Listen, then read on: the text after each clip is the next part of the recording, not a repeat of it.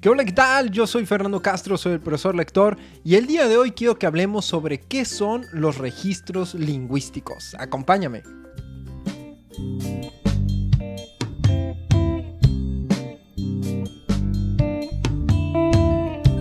Bueno, lo primero que hay que recordar para poder hablar de los registros lingüísticos es el hecho de que las personas, o la mayoría de las personas, no nos comunicamos todo el tiempo igual.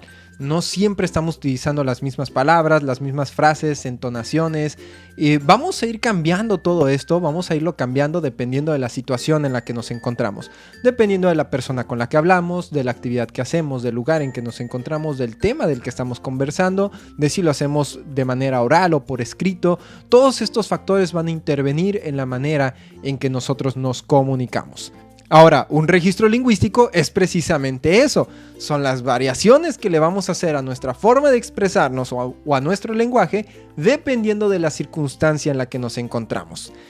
De hecho, es importante mencionar, aunque el tema ya le precedía desde antes, no es el inventor de los registros lingüísticos o algo por el estilo, pero por lejos el autor que más y mejor ha estudiado y compartido información sobre los registros lingüísticos se llama Michael Halliday.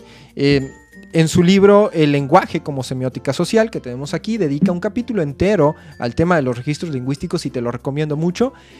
Me gustó mucho la forma en que lo definió, lo hizo de una manera bien sencilla, que luego a veces ves estos libros de lingüística y dices, no hombre, están bien complejos, utilizan un lenguaje bien raro. No, espérate, lo hace de una manera bien sencilla. Dice que un registro lingüístico es el hecho de que la lengua que hablamos o escribimos varía de acuerdo con el tipo de situación. Que es justo lo que yo te acabo de decir, ¿no? Los cambios o variaciones que le vamos a hacer a nuestra forma de comunicarnos dependiendo de la situación en la que nos encontramos. Ahora, no te voy a decir que lo siguiente es una regla, que hay un consenso, que es una ley, que esto es así, pero la mayoría de los autores coinciden que hay unos 5 registros lingüísticos básicos. Podrán variar las definiciones que dan, el nombrecito que le ponen, pero básicamente tenemos 5 registros lingüísticos. Número 1, el culto, que es el que utilizamos con una sintaxis perfecta, con una ortografía impecable cuando lo hacemos por escrito, que lo hacemos con un tono formal, que lo hacemos en situaciones que lo ameritan, ¿no? En situaciones importantes, con gente a la que no le tenemos confianza o una persona que consideramos de alto rango, lo que sea, etc. Es el registro culto. Luego tenemos el registro estándar, que es el que mucha gente suele utilizar cuando anda en sociedad en general, ¿no? Cuando vas por la calle, ya sea al banco, a la tienda, a lo que sea. Quiero pensar que es el registro que utilizo aquí en mis videos con ustedes, aunque tengo claras y fuertes sospechas de que tal vez es el siguiente registro. El estándar es el que se suele utilizar en los programas de televisión nacionales o internacionales, porque se suele preferir algo más general que puedan entender o que con lo que se puedan identificar muchas personas, que no recurra a regionalismos, a tecnicismos, que esté en manera oral, que recurra lo menos posible a los acentos específicos de una zona.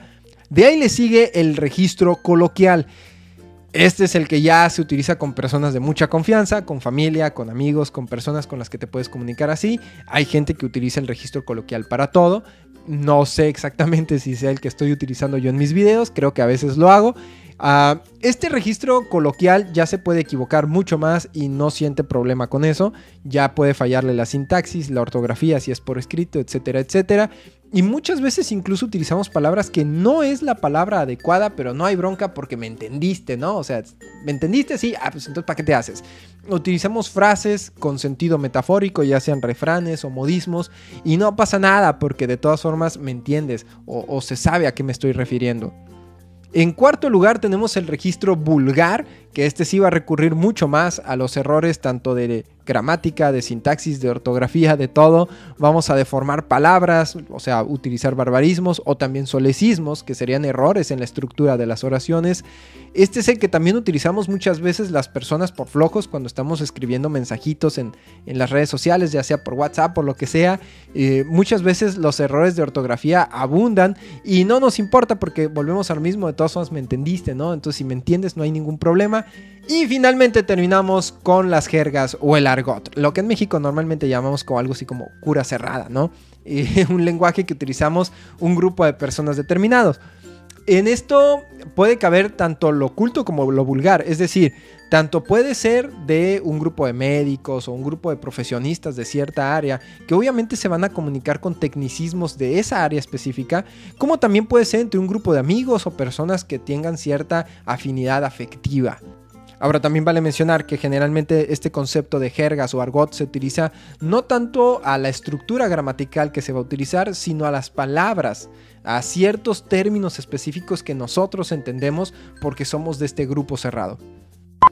Para Halliday, lo importante no es definir qué es un registro lingüístico, sino descubrir qué es lo que determina cuál es el que vamos a utilizar. Dice Halliday que hay 3 elementos básicos que intervienen en la selección de un registro lingüístico. El primero es el campo del discurso, y esto no se refiere únicamente al tema del que estamos hablando, sino todo el contexto que lo rodea. Con quién estoy hablando, dónde estoy hablando y qué actividad estoy realizando mientras estoy hablando o comunicándome por escrito. Todos sabemos que no es lo mismo hablar de política en la oficina con tus compañeros de trabajo que hacerlo con tu mejor amigo mientras ves un partido de fútbol y estás tomando una cerveza. Todo este contexto también va a influir en el registro lingüístico que vamos a escoger. En segundo lugar tenemos el tenor del discurso, y esto se refiere a la relación que hay entre las personas que se están comunicando, no solamente hablando en el tema de la formalidad e informalidad, que obviamente esto va a influir mucho, sino también en el nivel de emotividad o afectividad que va a haber entre ellos en general y en el momento. 2 personas que estén casadas podrán hablarse muy bonito normalmente, pero un día están enojados y ya no lo van a hacer, no se comunican igual contentos que enojados, a pesar de que todo el tiempo lo hagan de manera informal. Entonces el tenor del discurso tiene que ver más allá de la formalidad o informalidad.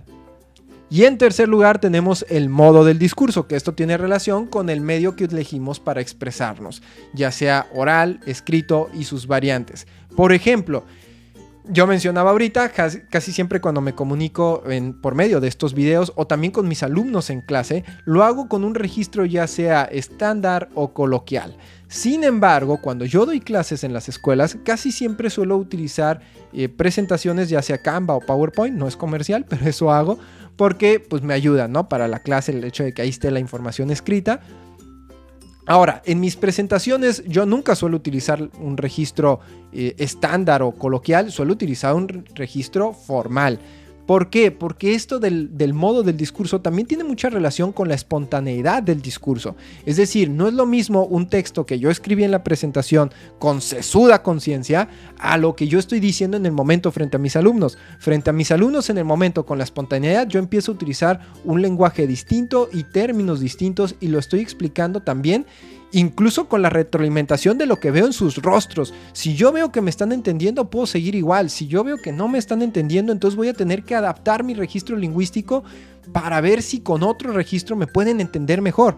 Mientras que en el texto por escrito, como es algo que va a estar permaneciendo ahí en la pantalla, ahí utilizo un lenguaje formal. No es algo espontáneo, es algo planeado, algo pensado.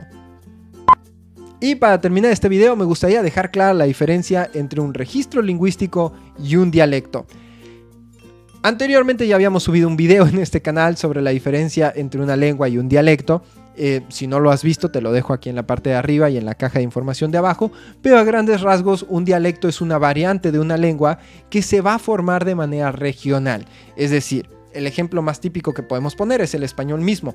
El español es un idioma que se habla en muchos países y que tiene su estructura bien establecida con una gramática, una ortografía y una sintaxis bien definidas. Sin embargo, todos sabemos que no se comunican igual en España que en Argentina que en México.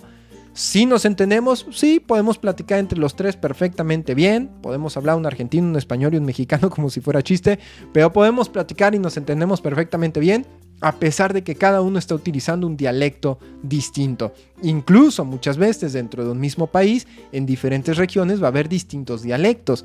¿Por qué? Porque regionalmente se va a estar utilizando una variante distinta de esa lengua. Ahora, eso es el dialecto. Los registros lingüísticos, a pesar de que también son variantes de la lengua, va encaminado no tanto a lo regional o a lo social en masa, sino a la manera individual en que yo voy a ir adaptando mi lenguaje o mi comunicación dependiendo de la situación. Yo mismo puedo utilizar varios registros lingüísticos en diferentes momentos, mientras que siempre me comunico dentro de un mismo dialecto. Por mi parte, eso es todo el día de hoy. Espero que la información haya quedado clara y que sea de ayuda. Si fue o no fue así, la verdad te pido que te comuniques con los comentarios, que dejes un like, un dislike, que te suscribas o le des a la campanita. Estos comentarios, los likes y los dislikes sobre todo, me ayudan mucho a retroalimentar si lo estoy haciendo bien o no. Así que también esto ayuda a mejorar el canal, crece la comunidad si te suscribes, etcétera, etcétera, si compartes y todo esto.